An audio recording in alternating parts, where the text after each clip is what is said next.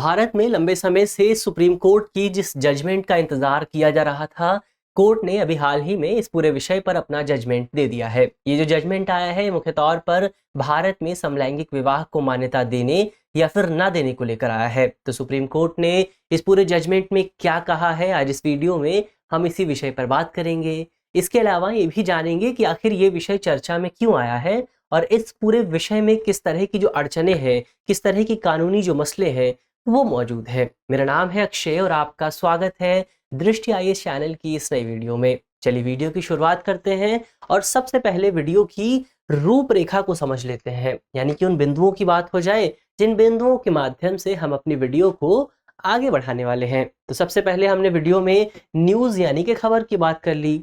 खबर को जानने के बाद हम ये जानेंगे कि जो कोर्ट है उसके पास किस तरह का विवाद मौजूद था, यानी कि इस पूरे विवाद का बैकग्राउंड क्या था।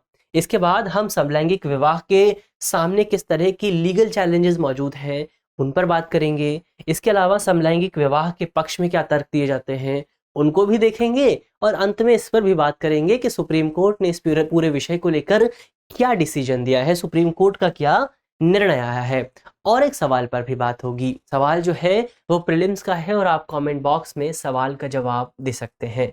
इसके अलावा इस पूरे विषय की बात करें तो ये मुख्य तौर पर सामान्य अध्ययन प्रश्न पत्र 2 से जुड़ा हुआ है और आप इसे भारतीय समाज और समलैंगिकता जैसे खंडों से जोड़कर देख सकते हैं। तो चलिए वीडियो की शुरुआत करते हैं और सबसे पहले इस पूरे विवाद के बैकग्राउंड को समझने की कोशिश करते हैं कि आखिर ये पूरा विवाद है क्या। तो विवाद में मुख्य तौर पर सुप्रीम कोर्ट के पास बहुत सारी याचिकाएं दाखिल की गई थी। इनमें इनकी जो संख्या है वो 1, 2, 3 या फिर 4 नहीं है, बल्कि सुप्रीम कोर्ट के पास 21 की याचिकाएं दायर की गई थी भारत में समलैंगिक विवाह को मंजूरी देने से जुड़ी। तो इन याचिकाओं में ये कहा गया था कि सुप्रीम कोर्ट सरकार को ये निर्देश दे कि सरकार भारत में समलैंगिक विवाह को मान्यता प्रदान करे ताकि भारत में जो समलैंगिक जोड़े हैं उनको एक गरिमापूर्ण जीवन प्रदान किया जा सके। तो ये तो पूरा मसला था, ये तो याचिकाएं थी। लेकिन असली विवाद की शुरुआत होती है 7 सितंबर 2018 को, जब सुप्रीम कोर्ट नवतेज सिंह जौहर बनाम भारत संघ विवाद में आईपीसी का जो सेक्शन 377 था उसको डीक्रिमिनलाइज कर देता है। सेक्शन 377 को सुप्रीम कोर्ट समाप्त कर देता है। अब ये जो सेक्शन 377 था ये भारत में समलैंगिकता को कानून के दायरे में लेकर आता था, समलैंगिकता को एक अपराध बनाता था। लेकिन अब क्योंकि सुप्रीम कोर्ट ने इस पूरे सेक्शन को समाप्त कर दिया था तो अब भारत में जो समलैंगिकता थी वो अपराध के दायरे से बाहर हो गई थी। इसका क्या मतलब हुआ? तो इसका मतलब ये हुआ कि अब भारत में जो समलैंगिक जोड़े थे वो एक साथ रह सकते थे, उन्हें एक साथ रहने का अधिकार प्राप्त हो गया था। लेकिन इस पूरे जजमेंट की वजह से उनकी समस्या समाप्त नहीं होती है, बल्कि मौजूदा विवाद की जो शुरुआत है वो ही इस जजमेंट से होती है। तो उनकी समस्याएं अभी भी बरकरार थी। समस्याएं क्या थी? तो पहली समस्या यही थी कि जो समलैंगिक जोड़े थे वो उन्हें साथ में रहने का अधिकार तो प्राप्त हो गया था, लेकिन साथ में रहने की वजह से जब वो विवाह करते हैं तो उन्हें उस विवाह को मान्यता प्राप्त करने का अधिकार नहीं था, उस विवाह को रिकॉग्नाइज कराने का अधिकार प्राप्त नहीं था। यानी कि सरकार अभी भी उनके विवाह को मान्यता नहीं देती है। और क्योंकि सरकार उनके विवाह को मान्यता नहीं देती है तो इसकी वजह से जो गैर समलैंगिक जोड़े हैं उनको जो सरकार अधिकार देती है वो अधिकार समलैंगिक जोड़ों को नहीं मिलता है। जैसे जो समलैंगिक जोड़े हैं वो बच्चों को गोद नहीं ले सकते हैं, जो समलैंगिक जोड़े हैं वो सरोगेसी नहीं करवा सकते हैं, इसके अलावा उन्हें विरासत का अधिकार प्राप्त नहीं होता है, इसके अलावा वो पेंशन के अधिकार के लिए भी अप्लाई नहीं कर सकते हैं। तो इस तरह से जो तमाम अधिकार सरकार की ओर से हमारे गैर समलैंगिक जोड़ों को दिए जाते हैं वो अधिकार समलैंगिक जोड़ों को नहीं दिए जा रहे। और इसी की वजह से इस पूरे विषय को सुप्रीम कोर्ट में चुनौती दी गई ताकि सुप्रीम कोर्ट की ओर से ये सरकार को निर्देश दिया जा सके, सुप्रीम कोर्ट ये बदलाव कर सके कि भारत में समलैंगिक जोड़ों को भी मान्यता मिल सके। तो ये तो इस पूरे विषय के बैकग्राउंड की बात हुई कि विषय चर्चा में क्यों आया। लेकिन यहाँ पर सवाल ये उठता है कि आखिर समलैंगिक विवाह को मान्यता मिल क्यों नहीं रही है, वहां पर किस तरह की कानूनी अड़चने मौजूद हैं, किस तरह के लीगल चैलेंजेस मौजूद हैं। तो अगर आपको भारत में किसी विवाह को रजिस्टर करवाना है, पंजीकृत करवाना है, तो इसके 2 तरीके मौजूद हैं। पहला तरीका ये है कि आप उस विवाह को हमारे जो पर्सनल लॉज हैं, अलग अलग धर्मों के अलग अलग पर्सनल लॉज हैं, जैसे हिंदू मैरिज एक्ट हो गया, इसके अलावा मुस्लिम मुस्लिम पर्सनल लॉ है, ईसाइयों के अलग कानून है, तो आप उस विवाह के तहत अपने आप को पंजीकृत करा सकते हैं। इसके अलावा दूसरा तरीका ये है जो कि एक सेक्युलर तरीका माना जाता है, वो ये है कि आप विशेष विवाह अधिनियम 1954 का इस्तेमाल कर सकते हैं, स्पेशल मैरिज एक्ट 1954 का इस्तेमाल कर सकते हैं, जो कि भारत में इंटर रिलीजन और इंटर कास्ट यानी कि अंतर धार्मिक और अंतर जातीय विवाह की अनुमति देता है। तो आप इसके तहत भी अपने विवाह को पंजीकृत करा सकते हैं। तो ये वाला जो पूरा कानून है, विशेष विवाह अधिनियम 1954, ये कानून भारत में जो स्टेट है, जो राज्य है, उसकी ओर से किसी विवाह को पंजीकृत करता है, उसकी ओर से किसी विवाह को मान्यता देता है। लेकिन अगर आप इस कानून के प्रावधानों को पढ़ेंगे तो यहाँ पर ये कहा गया है कि ये कानून किसी दो व्यक्तियों के बीच जो संबंध बनता है, जो विवाह होता है, उस विवाह को मान्यता देता है। लेकिन इसी कानून का जो सेक्शन 4C है, उसको उस पूरे सेक्शन में, उस पूरी धारा में पुरुष और महिला शब्द का जिक्र किया गया है। यानी कि अगर विवाह हो रहा है तो विवाह में एक तरफ पुरुष होना चाहिए और एक तरफ महिला होनी चाहिए। यानी कि इस पूरे कानून के तहत केवल गैर समलैंगिक जोड़ों के विवाह को ही मान्यता देने की बात की गई है। इसका मतलब ये हुआ कि ये जो कानून है, ये लिंग के आधार पर, आपके जेंडर के बेस पर आपका जो विवाह है उसको परिभाषित करने की कोशिश करता है। और इस तरह से केवल एक महिला और एक पुरुष का जो जोड़ा है, उसी जोड़े को इस कानून के तहत मान्यता मिल सकती है। और यहीं से समस्या की शुरुआत होती है, क्योंकि यदि किसी समलैंगिक जोड़े का विवाह करना है तो वो विवाह को अपने इस कानून के तहत तो पंजीकृत करा ही नहीं सकता है। तो इस तरह से उन्हें विवाह को पंजीकृत कराने का अधिकार ही नहीं मिलता। तो ये हमने कानूनी अड़चनों की बात कर ली है। अब यहाँ पर सवाल ये उठता है कि आखिर उन्हें विवाह को पंजीकृत कराने की जरूरत क्यों पड़ रही है, इसकी आवश्यकता क्या है। तो इसके पक्ष में भी कुछ तर्कों को देख लेते हैं। तो अगर आप भारतीय संविधान को पढ़ेंगे, भारत के कानूनों को पढ़ेंगे, तो भारत में जो सभी नागरिक हैं, सभी नागरिकों को अपने विवाह का अधिकार प्राप्त होता है, सभी नागरिकों को विवाह का पंजीकृत कराने का अधिकार प्राप्त होता है। और यहाँ पर उनके सेक्सुअल ओरिएंटेशन को नहीं देखा जाता। यहाँ पर आप ये नहीं देखते कि उनका सेक्सुअल ओरिएंटेशन क्या है, उनका यौन अभिविन्यास क्या है। तो ऐसे में अगर जो स्टेट है, जो सरकार है, वो समलैंगिक और अन्य लोगों के बीच, गैर समलैंगिक के बीच अंतर करती है, तो इसे संविधान के खिलाफ माना जाएगा। ऐसा माना जाएगा कि सरकार उनके बीच भेदभाव कर रही है, ऐसा इसके पक्ष में कहा जाता है।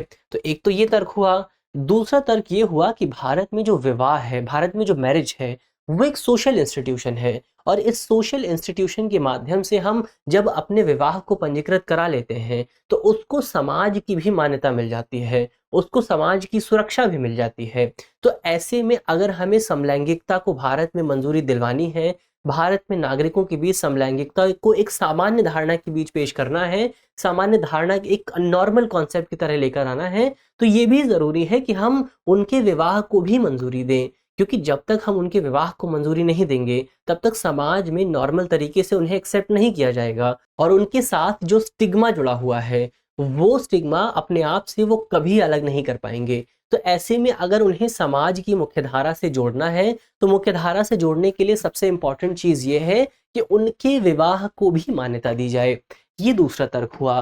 तो ये तमाम तर्क हैं जिन तर्कों के आधार पर ये कहा जाता है कि हमें भारत में जो समलैंगिक विवाह है उसको मान्यता देनी चाहिए। अब यहाँ पर एक सवाल ये भी उठता है अंत में कि आखिर सुप्रीम कोर्ट ने इसको लेकर क्या कहा है, सुप्रीम कोर्ट ने क्या डिसीजन दिया है। तो अगर सुप्रीम कोर्ट के डिसीजन की बात करें तो कोर्ट ने 3-2 के डिसीजन से समलैंगिक विवाह को मान्यता देने से इनकार कर दिया है। सुप्रीम कोर्ट ने स्पष्ट तौर पर कहा है कि कोर्ट की ओर से विशेष विवाह अधिनियम 1954 में कोई बदलाव नहीं किया जा सकता है, क्योंकि ये जो पूरा मसला है कि भारत में जो कानून बनाने का अधिकार है वो भारत की संसद को दिया गया है, वो विधायिका को दिया गया है। और अगर जो कोर्ट है वो इस संबंध में सरकार को कोई निर्देश देती है या फिर विशेष विवाह अधिनियम में बदलाव करती है, तो ये एक कानून के समान होगा, इसे एक जुडिशियल लेजिस्लेशन के तौर पर देखा जाएगा। और अगर जो कोर्ट है वो जुडिशियल लेजिस्लेशन लागू करती है, तो इसका मतलब ये होगा कि भारतीय संविधान में जो शक्तियों के पृथक्करण के सिद्धांत की बात की गई है, उस सिद्धांत का उल्लंघन हो जाएगा। तो इसी वजह से सुप्रीम कोर्ट ने इस पूरे मामले में हस्तक्षेप करने से इनकार कर दिया है। सुप्रीम कोर्ट ने स्पष्ट तौर पर कहा है कि ये सरकार की जिम्मेदारी है कि सरकार इस विषय पर विचार करे। अगर सरकार स्वेच्छा से कोई कानून लेकर आती है तो कोर्ट की ओर से उसे स्वीकार किया जाएगा। तो ये तो इस पूरे डिसीजन की बात हुई, ओवरऑल डिसीजन को हमने समझ लिया। लेकिन अब हमने यहाँ पर बात की है कि डिसीजन जो है 3-2 से आया है। इसका मतलब ये हुआ कि 3 जो जज थे वो मेजॉरिटी जजमेंट दिया है उन्होंने, और 2 जज ऐसे थे जिन्होंने माइनॉरिटी जजमेंट दिया है। अब यहाँ पर इसका मतलब ये नहीं है कि 2 जज समलैंगिक विवाह के पक्ष में थे। जो 5 जज थे, पांचों जजों ने समलैंगिक विवाह को मान्यता देने के विपक्ष में मतदान किया। लेकिन इसके बावजूद भी 3 जज ऐसे थे जो कुछ और मानते थे, और 2 जज ऐसे थे जो इनसे अलग मानते थे, जिन्होंने माइनॉरिटी जजमेंट दिया। तो एक बार क्या-क्या जजमेंट आया है, उनके बीच अंतर क्या मौजूद है, उस पर भी नज़र डाल लेते हैं। सबसे पहले जो मेजॉरिटी जजमेंट आया है उस पर बात करें, तो मेजॉरिटी जजमेंट आपके जस्टिस भट्ट कोहली और जस्टिस नरसिम्हा की ओर से दिया गया है। क्या कहा इन्होंने? तो इन्होंने स्पष्ट तौर पर स्वीकार किया है कि भारत में विवाह का जो अधिकार है वो कोई मौलिक अधिकार नहीं है, और इसी वजह से जो समलैंगिक जोड़े हैं, समलैंगिक जोड़ों को साथ रहने का तो अधिकार प्राप्त है, लेकिन साथ रहने के माध्यम से उन्हें अपने संबंधों को मान्यता प्रदान करने का अधिकार प्राप्त नहीं है। उन्हें अपने संबंधों को रिकॉग्नाइज करवाने का अधिकार प्राप्त नहीं है। वो सरकार की मान्यता प्राप्त करने के अधिकार की मांग नहीं कर सकते हैं। ऐसा हमें मेजॉरिटी जजमेंट में देखने को मिला है। इसके अलावा मेजॉरिटी जजमेंट में ये भी कहा गया है कि भारतीय अगर मौजूदा कानूनों पर आप नज़र डालेंगे, तो मौजूदा कानूनों के तहत हमारे देश में समलैंगिक जोड़ों को बच्चों को गोद लेने का अधिकार प्राप्त नहीं है, और ये नहीं होना चाहिए, इसको लेकर भी बात की गई है। हालांकि मेजॉरिटी जजमेंट में ये भी कहा गया है कि सरकार को इस संबंध में एक हाई पावर्ड कमेटी बनानी चाहिए, एक उच्च स्तरीय समिति का गठन किया जाए, जो समिति भारत में समलैंगिक जो जोड़े हैं उनके विवाह से संबंधित तमाम मसलों पर विचार करेगी, और इस संबंध में जो गोद लेने का विषय है उस पर भी विस्तार पूर्वक चर्चा की जाएगी। तो ये तो मेजॉरिटी जजमेंट हुआ। मेजॉरिटी जजमेंट में क्या कहा गया है। अब हम माइनॉरिटी जजमेंट को देख लेते हैं कि माइनॉरिटी जजमेंट में क्या डिलीवर हुआ है। तो माइनॉरिटी जो जजमेंट है वो हमारे सीजीआई यानी कि चीफ जस्टिस ऑफ इंडिया द्वारा दिया गया है, और जस्टिस कॉल की ओर से आया है। क्या कहा है इन्होंने? तो इन्होंने भी सबसे पहले यही कहा है कि भारत में समलैंगिक जो है वो कोई शहरी या फिर संभ्रांत कॉन्सेप्ट नहीं है, कोई एलीट या फिर कोई एक अर्बन कॉन्सेप्ट नहीं है, बल्कि भारत में समलैंगिकता का जो कॉन्सेप्ट है वो कई सालों से चला रहा है, बहुत पुराना है। भारत में कोई ऐसा नहीं है कि केवल जो इंग्लिश स्पीकिंग कम्युनिटी है वही अपने आप को समलैंगिक होने का दावा कर सकती है, बल्कि भारत में जो एक ग्रामीण स्तर पर लोग मौजूद हैं, जो शहरों में जो खेतों में काम करने वाला कोई व्यक्ति है, वो भी अपने आप को समलैंगिक होने की बात कर सकता है, समलैंगिक के तौर पर अपने आप को पहचान सकता है। तो यहाँ पर सबसे पहले ये बात आई है कि ये जो पूरी अवधारणा है ये कोई एलीट कॉन्सेप्ट नहीं है, कोई शहरी कॉन्सेप्ट नहीं है। उसके अलावा माइनॉरिटी जजमेंट में भी ये कहा गया है कि भारत में विवाह का अधिकार कोई मौलिक अधिकार नहीं है। इसके अलावा जहाँ पर जो जजमेंट है अलग हो जाती है, वो ये है कि जो माइनॉरिटी जजमेंट है उसमें ये कहा गया है कि जो समलैंगिक जोड़े हैं उन्हें संयुक्त रूप से बच्चा गोद लेने का अधिकार होना चाहिए। माइनॉरिटी जजमेंट में इसको स्वीकार किया गया है, जबकि मेजॉरिटी जजमेंट आप देखेंगे तो वहां पर संयुक्त तौर पर बच्चा गोद लेने का जो अधिकार है उसे स्वीकार नहीं किया गया है। माइनॉरिटी जजमेंट में ये कहा गया है कि केंद्र सरकार की जो संस्था है, केंद्रीय दत्तक ग्रहण संसाधन प्राधिकरण कारा, ये जो संस्था है, इस संस्था के जो नियम हैं वो भारत में समलैंगिक जोड़ों को बच्चा गोद लेने से रोकते हैं। तो ऐसे में सुप्रीम कोर्ट ने कहा है कि ये जो नियम है ये नियम भारतीय संविधान के अनुच्छेद 15 का उल्लंघन करते हैं, क्योंकि भारतीय संविधान का अनुच्छेद 15 स्पष्ट तौर पर ये कहता है कि सरकार का कोई भी कानून, सरकार का कोई भी नियम भारत में किसी भी आधार पर भारतीय नागरिकों के बीच, मुख्य तौर पर जेंडर के आधार पर, लिंग के आधार पर भारतीय नागरिकों के बीच कोई भी भेदभाव नहीं किया जाएगा।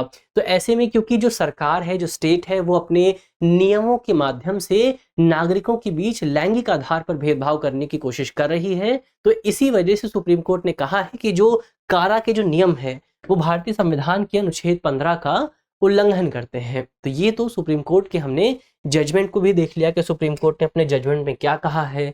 अब अंत में एक प्रश्न की भी बात कर लेते हैं। प्रश्न जो है वो यूपीएससी ने साल 2019 में अपने प्रश्न पत्र में प्रीलिम्स में पूछा था। तो सवाल की अगर बात करें, सवाल है भारतीय संविधान का कौन सा अनुच्छेद अपनी पसंद के व्यक्ति से विवाह करने के अधिकार की रक्षा करता है। हमारे ऑप्शन है, ऑप्शन ए अनुच्छेद 19, ऑप्शन बी अनुच्छेद 21, ऑप्शन सी अनुच्छेद 25 या फिर ऑप्शन डी अनुच्छेद 29। तो आप कमेंट बॉक्स में सवाल का जवाब दे सकते हैं। मुझे उम्मीद है कि इस वीडियो में जिन बिंदुओं पर बात की गई है वो आपको समझ में आएंगे और यदि आपके प्रश्न पत्र में इससे जुड़ा कोई भी सवाल आता है तो आप उसे आसानी से हल कर सकेंगे। यदि आप इस वीडियो की पीडीएफ चाहते हैं तो इसकी पीडीएफ आपको हमारे टेलीग्राम ग्रुप पर मिल जाएगी और टेलीग्राम ग्रुप का जो लिंक है वो वीडियो के डिस्क्रिप्शन में होगा। तो ग्रुप से जुड़ना बिल्कुल भी ना भूलें। मिलते हैं आपसे अगली वीडियो में, तब तक के लिए धन्यवाद।